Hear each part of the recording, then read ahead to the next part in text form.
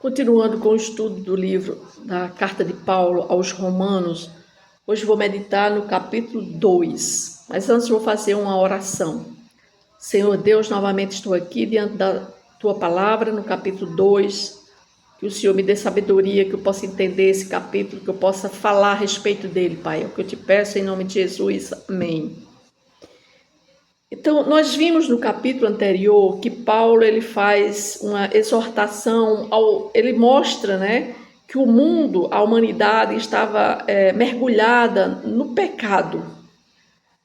E aqui ele vem falar sobre o juízo de Deus, que Deus é quem vai julgar todos os povos, de todas as nações, de todos os lugares, né? Então ele começa dizendo que o julgamento é pessoal, o julgamento é de cada um, de cada ser humano. Ele começa dizendo assim: portanto, és indesculpável, ó homem, quando julgas, quem quer que sejas, porque no que julgas a outro, a ti mesmo te condenas, pois praticas as próprias coisas que condenas. Bem sabemos que o juízo de Deus é segundo a verdade contra os que praticam tais coisas. Tu, homem, que condenas os que praticam tais coisas e fazes as mesmas, pensas que te livrarás do juízo de Deus? Ou desprezas a riqueza da sua bondade, tolerância e longanimidade, ignorando que a bondade de Deus é que te conduz ao arrependimento? Ou seja, Paulo aqui, ele vem falar, ele começa de uma forma direta e confrontadora. Ele diz: por que você julga os outros se você está condenando a si mesmo naquilo que julga, visto que você que julga pratica as mesmas coisas? É como se ele dissesse assim: você que aponta o dedo está na mesma situação daqueles que você condena. Você não pode condenar o outro, porque assim como Jesus falou lá em Mateus, né? Por que tu olha a trave que está no outro, se você olha o cisco que está no olho do seu irmão e você não olha a trave que está no seu próprio, né? Então, Paulo aqui ele vai falar a respeito desse julgamento que as pessoas fazem dos outros, mas não reconhece que também é um pecador. Nós temos que reconhecer que nós somos pecadores, né? E que nós não podemos julgar e apontar o pecado do outro. Por quê? Porque nós temos pecados também. E ele diz, isso vale tanto para o judeu orgulhoso quanto para o moralista gentil, né? Porque ele diz, Paulo, ele está falando que quando ele falou no capítulo 1, ele disse que o pecado era universal.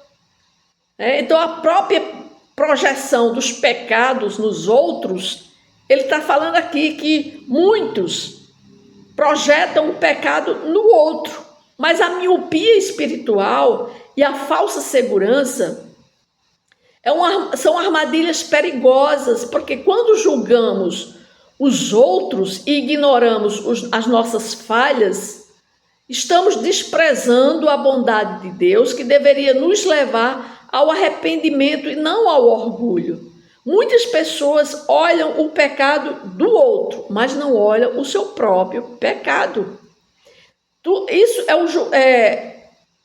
Paulo ele está falando a respeito desse julgamento temerário, porque lá em Mateus, Jesus já falou a respeito disso, que nós não podemos julgar, ou seja, se você não pode olhar para o cisco que está no olho do seu irmão, se você não olha para a trave que está no seu olho.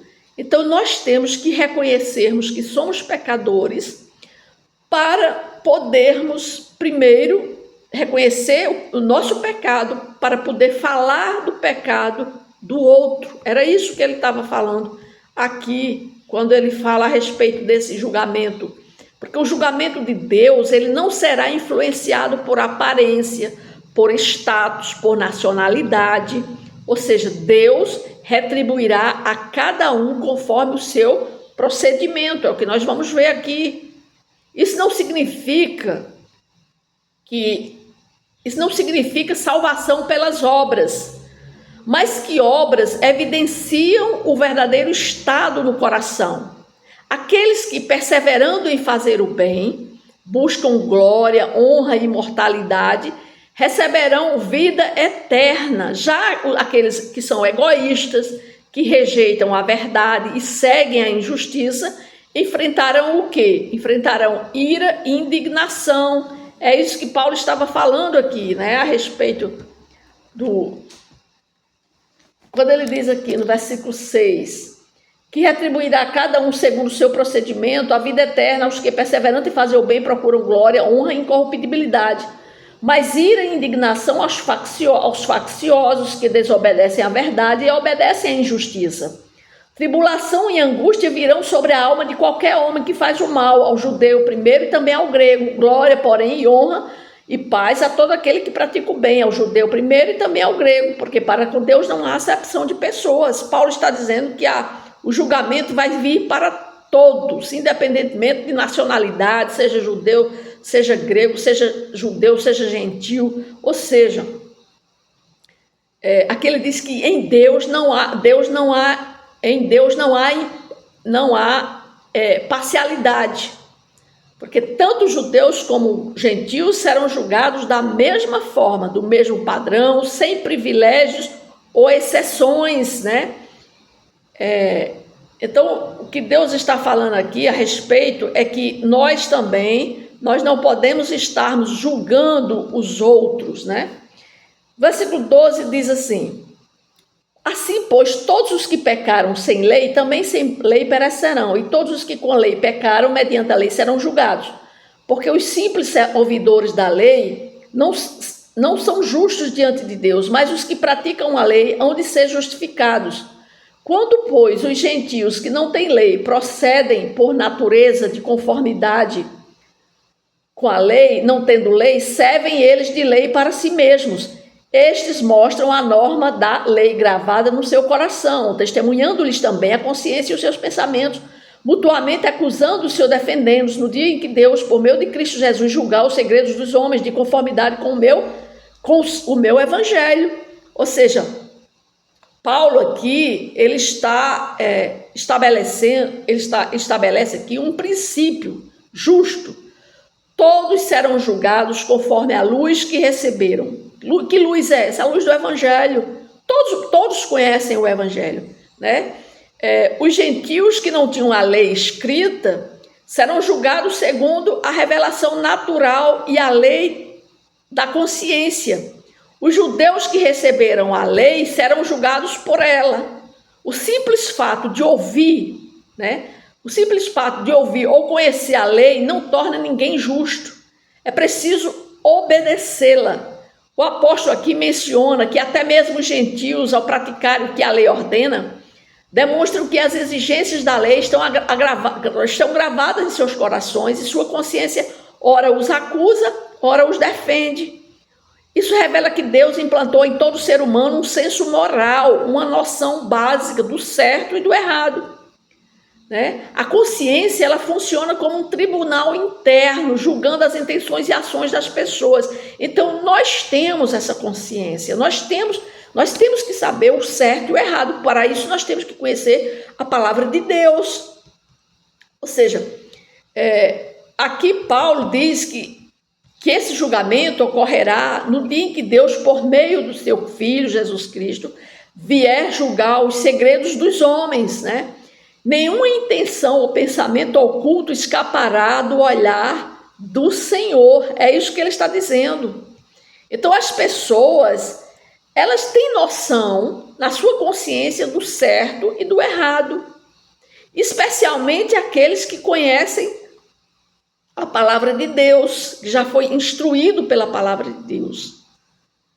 Então, no versículo 17 diz assim: se porém tu que tens por sobrenome judeu e repousas da lei, te glorias em Deus, que conhece a sua vontade e aprova as coisas excelentes, sendo instruído na lei, que está persuadido de que és guia dos cegos, luz dos que se encontram em trevas, instrutor de ignorantes, mestre de crianças, tendo na lei a forma de sabedoria e da verdade, Tu, pois, que ensinas a outra e não te ensinas a ti mesmo, tu que pregas que não se deve furtar e furtas, dizes que não se deve cometer adultério e comete, abomina os ídolos e lhes roubas os templos, tu que te glorias na lei, desonras a Deus pela transgressão da lei, pois como está escrito, o nome de Deus é blasfemado entre os gentios por vossa causa.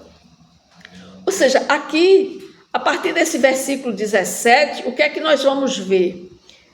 Paulo, ele se dirige diretamente aos judeus, revelando o perigo da falsa confiança nos princípios, nos privilégios espirituais, né? Porque nós sabemos que os judeus foram um povo escolhido por Deus, e muitas vezes eles se gloriam na lei e consideravam eles guia dos cegos, instrutores dos ignorantes, mestres das crianças, ou seja, só eles sabiam de toda a vontade de Deus para a humanidade, né? Ou seja, só eles eram os detentores da lei mosaica, da lei que Deus tinha dado a Moisés, e eles se vangloriavam disso, né? Mas Paulo está dizendo aqui que não.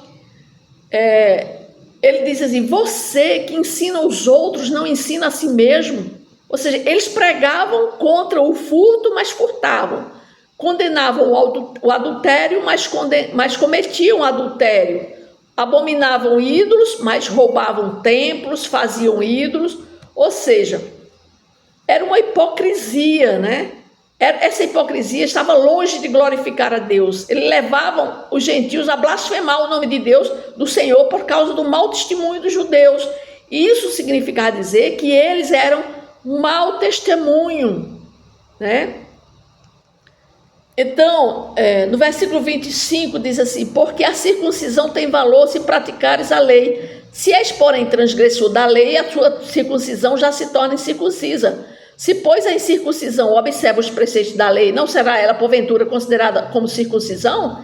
E se aquele que é incircunciso por natureza cumpre a lei, certamente ele te julgará a ti, que não obstante a lei e a circuncisão és transgressor da lei, porque não é judeu quem o apenas exteriormente, nem a circuncisão a quem é somente na carne. Porém, judeu é aquele que o é interiormente, e circuncisão a quem é de coração, no espírito, não segundo a letra, e cujo louvor não procede dos homens, mas de Deus.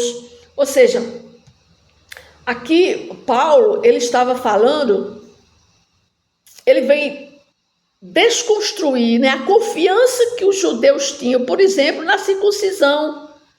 O rito por si só não tem valor se a pessoa desobedece à lei. Na prática, o desobediente é como se fosse uma pessoa incircuncisa. Então, só tinha validade se ele praticasse a lei. Se ele fosse circunciso e praticasse a lei. O apóstolo vai além disso, afirmando que até um gentio que era incircunciso, mas que se ele obedecesse à lei, ele poderia até condenar o judeu que possui a lei escrita e o sinal da circuncisão, mas vive em desobediência. Ou seja, valia mais um gentio que obedecesse à lei, até mesmo mais do que um judeu incircunciso, mas desobediente à lei. Então, o que vale, aqui Paulo está dizendo, é a obediência. Não era necessário que fosse um judeu que obedecesse à lei, mas se fosse desobediente à lei, não estava valendo de nada, porque a verdadeira identidade espiritual não é determinada por sinais externos, ou seja, por uma circuncisão, mas por uma transformação interior realizada pelo Espírito Santo, né? Então, ele diz: judeu quem é interiormente, e circuncisão é a operação no coração pelo Espírito, né? Então, o que é que nós podemos ver o capítulo 2 do livro da carta de Paulo aos Romanos? O que é que esse capítulo nos ensina? Esse capítulo, na verdade, ele nos confronta de uma forma pessoal e profunda. Ele mostra que religiosidade exterior e discurso moralista não impressiona a Deus. O que importa é a sinceridade do coração e a obediência prática, né? Ele começa falando também a respeito desse julgamento, que as pessoas muitas vezes julgam. E isso era costume dos judeus, julgarem, e não praticavam a lei, não obedeciam à lei, mesmo sendo circuncidados, mas não praticavam a lei, e ainda eram julgadores.